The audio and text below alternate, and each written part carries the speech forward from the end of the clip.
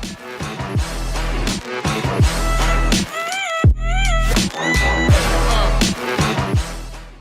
right, real quick Technique Tuesday for this week. We're just gonna go through some really key points for push-ups. In some previous videos, we have gone through some scaling options that you can use for push-ups. I just wanna go through what you need to be doing when you're doing a push-up on the ground.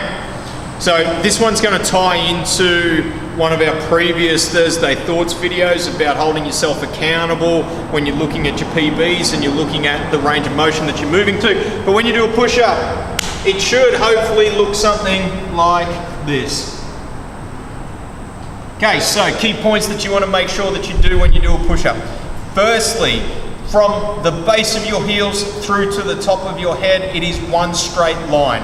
That means you are not brokening your hips up when you're coming up. We're not snaking it up, okay? There is no break in that chain from one end of your body to the other. You want to make sure that that's straight all the way through, okay? If it is not, work out where the problem is and address it. It could be core strength. It could also be that you just don't have that upper body strength to do it.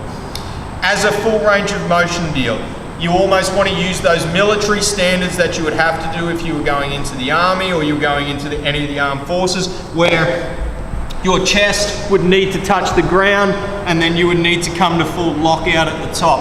That means your chest touching the ground. Not almost your chest touching the ground, but you can actually feel your chest touching the ground, and then you can feel those elbows lock out at the top.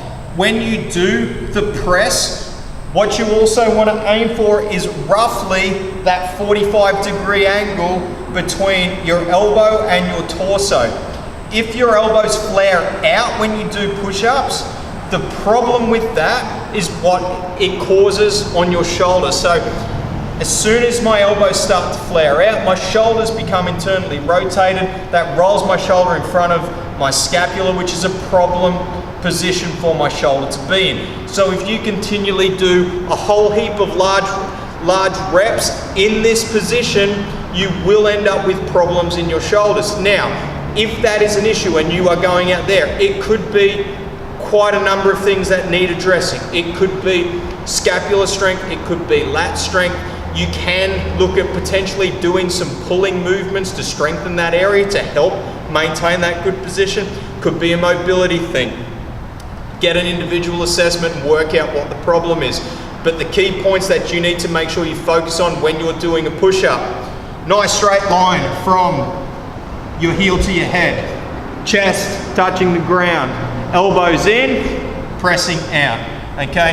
If you can do that, that means that you should be able to get stronger through that plane of motion in a really effective way of strengthening your whole body, because after all, the push-up is a full body movement. Even though you are pressing with your upper body, you're still working your core, working your glutes, because they should be switched on, and you're also going through that full range of motion, working that back, because you're keeping those shoulders into a good position.